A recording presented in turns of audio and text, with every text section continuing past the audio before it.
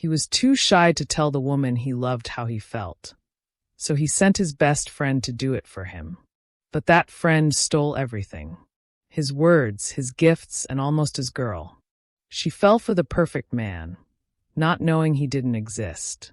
Until one night the truth showed up and changed everything. Before we begin, please take a moment to like this video. Share it and subscribe to this channel. Your support helps us grow. Now let's begin. James Smith had mastered many things in life. Deadlines, data analysis, silence. But love. Love was the one language he never learned how to speak. Every morning at exactly 8:12 a.m., he walked into the glass front office building in downtown Chicago, his steps measured. His expression calm, his presence almost invisible. And every morning at exactly 8:17 a.m., Nancy Brown walked in. It wasn't something he planned. It wasn't something he controlled. But somehow, his world had adjusted itself to her timing. He noticed everything about her. The way she pushed the door open with just enough force to make it swing behind her. The soft rhythm of her heels against the polished floor. The way she tucked a strand of hair behind her ear when she thought no one was watching. James always watched. From a distance. From behind his desk. From reflections in glass panels. Never directly. Never boldly. Never enough. Because boldness required something he didn't have. Words. Morning, James. Her voice. Soft. Warm. Dangerous. He looked up quickly, almost startled, like he had been caught doing something wrong. Nancy stood beside his desk, a faint smile on her lips. She held a file in her hand. You finished the report for the Henderson account? He nodded. Too quickly. Too stiffly. Yes, he said, his voice low. It's in your email. Nancy tilted her head slightly, studying him. There was always something about James. Something quiet. Something hidden.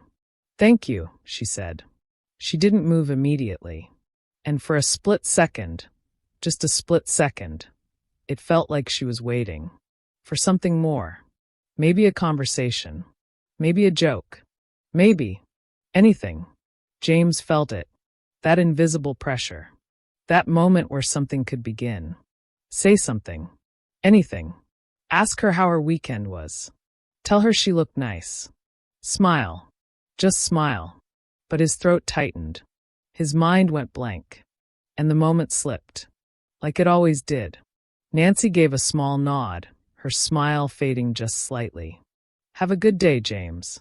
You too, he replied quickly. Too quickly. And just like that, she walked away. Again. From across the office, Malik Turner watched everything. The look. The silence. The missed opportunity. He shook his head slowly, a smirk forming on his lips. Man, you're killing me, he muttered under his breath. Later that afternoon, Malik leaned against James's desk, arms crossed. All right, he said. I've watched this long enough. James didn't look up from his screen. Watched what? You, Malik said plainly. And Nancy. James froze. Just for a second. I don't know what you're talking about. Malik laughed. Yeah, okay. And I don't know my own name. James sighed, finally looking at him. It's not like that. Oh, it's exactly like that, Malik shot back. You're in love with her. James looked away. Silence. Again. Malik leaned closer, lowering his voice. She likes you too, you know. That got his attention. James frowned slightly. What? I'm serious, Malik said. The way she looks at you. Come on. Even a blind man could see that. James's heart skipped. A small, dangerous flicker of hope lit up inside him. No, he said quietly. You're just saying that. I'm not, Malik replied. But here's the problem. He tapped the desk lightly. You don't do anything about it. James didn't respond. Because he couldn't. Because it was true. That evening, long after most employees had left, James sat alone at his desk. The office was quiet. Too quiet. His mind replayed every interaction. Every missed chance. Every moment he could have said something, but didn't. He opened a blank email. Typed, "Hi Nancy, I was wondering if you'd like to grab coffee sometime." He stared at it. Read it again. Deleted it. Opened it again. Typed something else. Deleted that too. His fingers hovered over the keyboard. Frozen. Frustrated. "This is ridiculous," he whispered to himself. "Why was something so simple so impossible?" "Because you're overthinking it." James looked up sharply. Malik stood at the entrance, jacket over his shoulder. "You're still here?" James asked. Malik shrugged. "Had a feeling you would be too." He walked in, glancing at the screen. "Let me guess," he said. "You've written and deleted that message at least 10 times. James didn't answer. Malik smirked. "Thought so." He pulled a chair and sat across from him. "All right," he said. "Let's fix this." James frowned. "Fix what?" "Your love life," Malik said bluntly. James shook his head. "No, it's fine. I just need to." "Build up courage?" Malik interrupted. "Yeah, how long is that going to take?" "Another 6 months." James exhaled slowly. Malik leaned forward. "Look," he said. "You're not bad guy. You're just not good at this." "That's not helpful." "I'm being honest," Malik replied. "But lucky for you, I am good at this." James hesitated. "I don't know." "Relax," Malik said. "I'm not taking your girl. I'm helping you get her." That sentence lingered. "Helping you get her." James swallowed. "What are you suggesting?" Malik smiled. "Simple. I'll talk to her for you." James blinked. "What?" "I'll approach her," Malik explained. "Break the ice. Feel things out. Then I'll let her know you're interested." James stared at him. It sounded easier, safer, less terrifying. "But won't that be weird?" he asked. "Not if I do it right," Malik said confidently. "Trust me." James hesitated again. Every instinct told him he should do it himself. But fear was louder. "What if she says no?" he asked quietly. Malik leaned back. "Then at least you'll know," he said. Instead of sitting here imagining things. That hit harder than expected. Because imagining was all James had been doing. For months. The next morning felt different. He didn't know why. Maybe it was anticipation. Maybe it was hope. Maybe it was fear dressed up as something else. James arrived at his desk earlier than usual. He couldn't focus. Couldn't think. Couldn't breathe properly. At 8:17 a.m., Nancy walked in. Same grace. Same presence. Same effect on him. But today, something was about to change. From across the office, Malik adjusted his tie slightly, cracked his neck, and smiled. Showtime. James watched him walk toward Nancy. Each step felt heavier than the last. His heartbeat quickened. This was it. This was the moment everything would begin. Or end. "Hey," Malik said smoothly as he approached her. Nancy looked up, slightly surprised. "Hi. I don't think we've properly met," he continued. "Malik." "Nancy," she replied. They shook hands. James watched from a distance. Every second felt like a lifetime. "What can I do for you?" Nancy asked. Malik smiled. "Well, I was hoping to talk to you about something." Nancy raised an eyebrow, curious. "Okay." Malik glanced briefly in James's direction. Just for a second. Then looked back at her. And made his choice. A choice that would change everything. "I've been meaning to tell you this for a while," he said. Nancy's curiosity deepened. Malik's voice softened slightly. "Intentional. Calculated. I think you're amazing," he said. Nancy blinked. Caught off guard. "And I'd really like to take you out sometime." "Across the office." James smiled.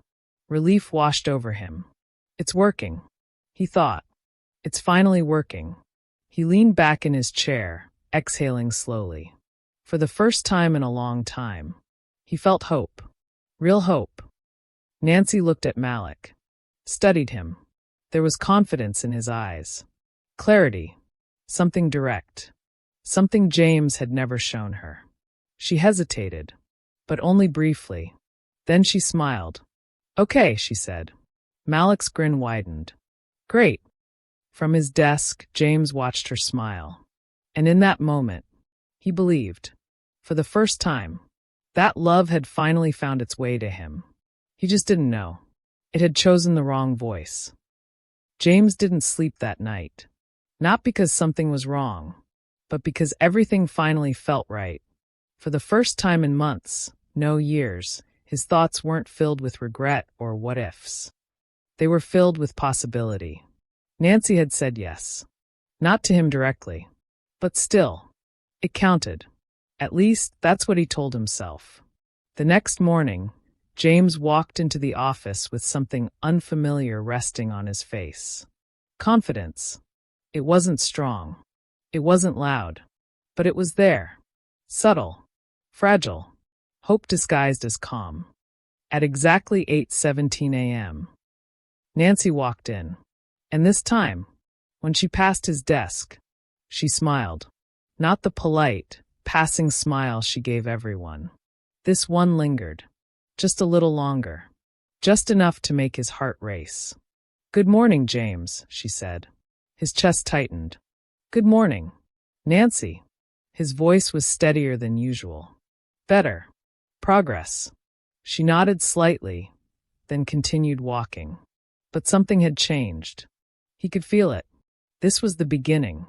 It had to be. From across the office, Malik watched the exchange. A slow smile crept across his face. Not warm. Not proud. Something else. Something sharper.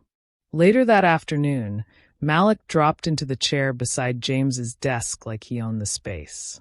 "So," he said casually, "we're in." James turned to him quickly. "We are." Malik chuckled. "She said yes," he confirmed. "Dinner this weekend." Relief flooded through James instantly. A quiet, overwhelming kind of relief. That's great," he said, trying to contain his excitement. "Yeah," Malik nodded. "You did good." James blinked. "I didn't do anything." Malik smirked slightly. "Exactly. You stayed out of the way." The joke landed, but not entirely. Something about it lingered a little too long. A little too sharp. But James ignored it. Because none of that mattered. What mattered was simple. Nancy had said yes. That evening, James found himself pacing his apartment. His mind raced with ideas. What should he wear? Where should they go? What should he say? No. Not he. Malik. Malik would be the one sitting across from her. Speaking. Smiling. Being everything James wasn't. The thought made his chest tighten slightly. But he pushed it aside. This was just the beginning. Malik would introduce the idea. Then eventually, James would step in. Right? That was the plan. It had to be. His phone buzzed. A message from Malik. "Malik, I'm gonna need your help." James frowned slightly and replied. "James. With what?" A few seconds later. "Malik, what kind of things does Nancy like? You've been watching her longer than I have." James hesitated, then slowly sat down. If this was how it worked, if this was what it took, then fine. He would help. "James. She likes quiet places. Not too loud. She drinks green tea more than coffee. She reads a lot, mostly fiction. And she doesn't like people who try too hard." There was a pause. Then, "Malik. Damn. You really know her." James stared at the message. His fingers hovered over the screen. Then he typed, "James. I pay attention." The next few days unfolded like a dream James didn't fully control. But somehow, he was still part of it. Just not in the way he imagined. Malik kept asking questions. And James kept answering. What kind of flowers would she like? What kind of music? What kind of conversations? And each time, James gave pieces of himself away. Freely. Willingly. Blindly. Friday evening arrived faster than expected. The night of the date. James sat on his couch, staring at his phone. Waiting. Not for a message from Nancy, but from Malik. Updates. Details. Anything. Hours passed. Silence. Then finally, his phone buzzed. Malik. She loved the place. You were right. James exhaled slowly, a small smile forming on his lips. Of course she did. He had imagined that moment so many times. Just not like this. Another message. Malik. She laughed a lot. We talked about books. She lit up. James closed his eyes briefly. He could picture it perfectly. The way her eyes would brighten. The way her voice would soften when she got excited. He had seen it before. From a distance. Now someone else was experiencing it up close. Because of him. Then came the message that stayed with him the longest. Malik. I think she's starting to like me. James's smile faded slightly. Just slightly. A small crack. Barely noticeable. But real. The next week at the office. Things changed. Not dramatically. Not loudly. But enough. Nancy seemed lighter. Happier. There was a glow about her. A quiet excitement she carried with her. And sometimes, she would glance at James. Like she wanted to say something. But didn't. Hey, she said one afternoon, stopping by his desk again. James looked up. Hey. She hesitated. Then smiled. You've been different lately. James blinked. Different? Yeah, she said. More relaxed. He almost laughed. If only she knew. Maybe I'm just having a good week, he said. Nancy studied him for a moment.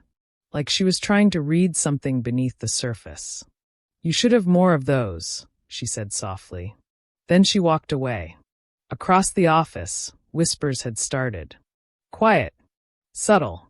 But spreading. Did you hear about Nancy? I think she's seeing someone. Yeah. I heard it's that guy, Malik. James overheard it all. Every word.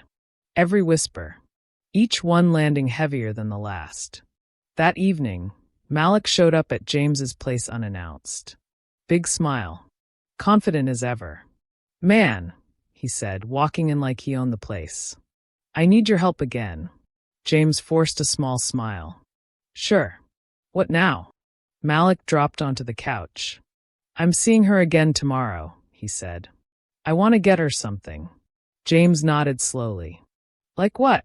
I don't know, Malik shrugged. Something meaningful. James leaned back, thinking. Then said quietly, she mentioned once she loves handwritten notes. Malik raised an eyebrow. Notes? Yeah, James said. Not texts. Not emails. Something real. Malik grinned. I like that. Later that night, James sat at his desk, pen in hand, a blank piece of paper in front of him. He stared at it for a long time. Then slowly, he began to write. Words flowed. Honest. Gentle. Deep. Everything he had never been able to say out loud. He folded the paper carefully when he was done, held it for a moment, then handed it to Malik the next day. Don't mess this up, James said quietly. Malik smirked. When do I ever? Saturday night came. And went. Sunday morning. James's phone buzzed again. He already knew who it was. Malik. She loved the note. Man, you should have seen her face. There was a pause. Then another message. One that hit differently. One that didn't feel like an update anymore. But a shift. Malik. I think I'm actually starting to like her too. James stared at the screen. Long. Silent. Still. The room suddenly felt colder. Quieter. Heavier.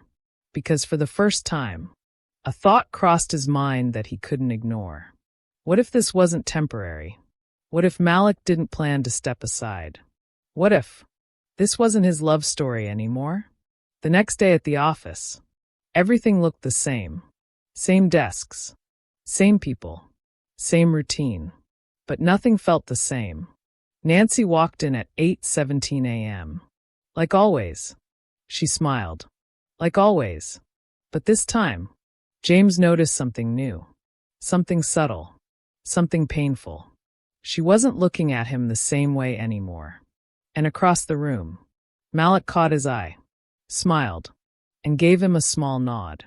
Not of reassurance, but of possession. By the time Friday came around again, James Smith already knew. Something was wrong. Not clearly, not completely, but enough. Enough to feel it in the silence. Enough to hear it in the spaces. Between conversations. Enough to see it in the way Malik no longer asked as many questions. And the way Nancy no longer lingered as long. The office buzzed like usual. Keyboards clicking. Phones ringing. Soft conversations floating through the air. But for James, everything felt distant. Muted. Like he was watching his own life from behind glass. Hey, you good? James looked up. A coworker stood beside his desk, holding a file. Yeah, James said quickly. Just tired. The coworker nodded and walked off. Tired. That was the easiest lie. Across the room, Nancy laughed. Soft. Unfiltered. James's eyes lifted instinctively. And there she was, standing near the break area, phone in hand, smiling. Not at him. Not even near him. But still, that smile hit him the same way it always did. Only this time, it hurt. His phone buzzed. A message. From Malik. Malik. Dinner tonight. Same place as last time. James stared at the screen. His jaw tightened slightly. Same place.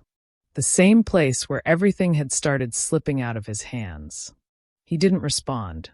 Didn't ask questions. Didn't say anything. But something inside him shifted. That evening, the sky over the city burned in shades of orange and deep blue. Cars lined the streets. People moved in and out of restaurants, laughter spilling into the night air. Life went on, unbothered, unaware. James stood across the street from the restaurant, hands in his pockets, heart pounding harder than it should. He didn't plan this, didn't think it through, but his feet had brought him there anyway. Because sometimes, you don't need a plan to face the truth. You just need the courage to stop running from it. Through the glass windows, he saw them, Nancy and Malik, sitting across from each other. Close, comfortable, real. Nancy was smiling again. That same smile. But now, it wasn't distant. It wasn't imagined. It was right there, shared, with someone else. James swallowed hard, his chest tightening, his thoughts racing. Leave. Just leave. You've seen enough. But his feet didn't move, because something deeper held him there. Something stronger than fear. Inside the restaurant, Malik leaned forward, resting his elbows lightly on the table. You look amazing tonight, he said smoothly. Nancy smiled, shaking her head slightly. You say that every time. Because it's true every time. She laughed softly. But then her expression shifted. Just a little. Can I ask you something? She said. Malik nodded. Anything. Nancy hesitated, like she was choosing her words carefully. Sometimes when you say things, she paused, they feel deeper than you. Malik's smile faltered for a split second. Barely noticeable. What do you mean? He asked. Nancy leaned back slightly. I don't know, she admitted. It's like your words are perfect. Thoughtful. Almost too perfect. Malik chuckled lightly. Well, maybe I'm just that good. Nancy smiled, but it didn't fully reach her eyes. Outside, James heard none of it. But somehow, he felt it. That subtle crack in the illusion. That tiny shift in energy. And then, Malik's eyes lifted. Toward the window. Toward the street. Toward James. For a moment, everything froze. Malik's expression changed instantly. Confidence gone. Replaced by something raw. Panic. Excuse me, he said abruptly, standing up. Nancy frowned slightly. Malik. I'll be right back. The door opened. The city noise rushed in, and Malik stepped outside. "James, what are you doing here?" Malik whispered harshly, walking quickly toward him. James didn't move, didn't look away. "I wanted to see for myself," he said quietly. Malik ran a hand through his hair. "Man, this isn't what it looks like." James let out a hollow laugh. "Really," he said, "because it looks exactly like what I think it is." "Keep your voice down," Malik snapped. "Why?" James asked. "So she doesn't hear the truth?" Malik's jaw tightened. "Look," he said, lowering his tone. "I was going to tell you." "When?" James cut in. "After she fell in love with you?" Silence. Heavy. Uncomfortable. Real. Inside the restaurant, Nancy watched through the glass. Her brows furrowed. Her instincts sharpening. Something wasn't right. Outside, Malik stepped closer.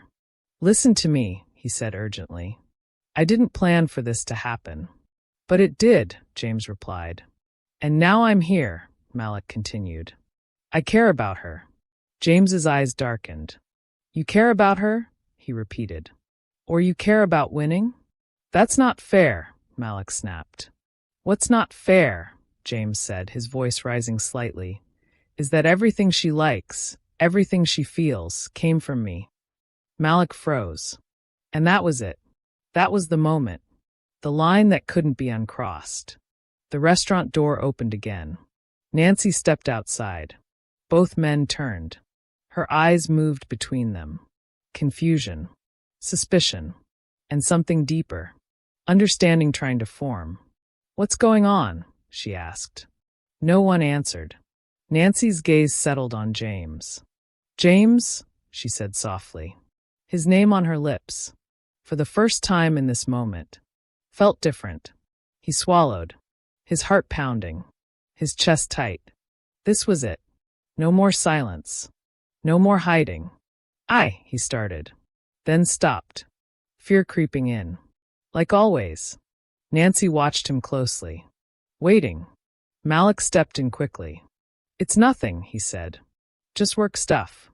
Nancy didn't look at him, didn't even acknowledge him. Her eyes stayed on James, because something inside her already knew. "James," she said again, "tell me the truth." And for the first time, he didn't look away. "I was the one," he said. Silence.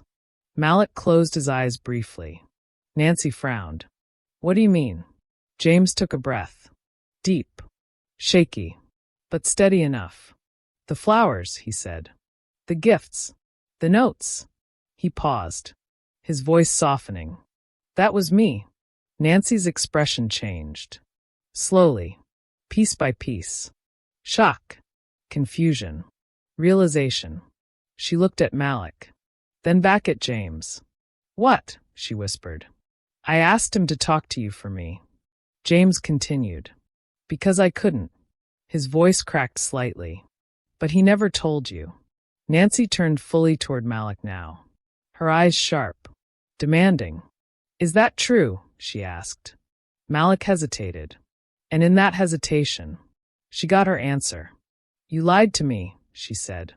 "It wasn't like that," Malik started. "Don't," she cut in, her voice firm, cold, controlled. She stepped back slightly, creating distance. From him, from the situation, from everything. Then slowly, she looked at James again. And suddenly, everything made sense. The depth, the thoughtfulness, the emotions she couldn't quite place. They were never his. They were James's. Her voice softened, just slightly. "You," she said quietly. "You were behind all of it?" James nodded. Silence stretched between them. Then Nancy let out a slow breath, her eyes moving between both men. "So," she said, her voice steady now, but heavy with emotion, "who have I really been falling for?" Neither of them answered, because now, the truth was no longer hidden. It was standing right there, between them, and nothing would ever be the same again. Stay tuned for part 2. Thanks for watching. If you enjoyed the video, please like, share, and subscribe to Boundless Echoes for more interesting stories. We really appreciate your support. Comment where you are watching from, so we can give you a shout out. See you in our next video.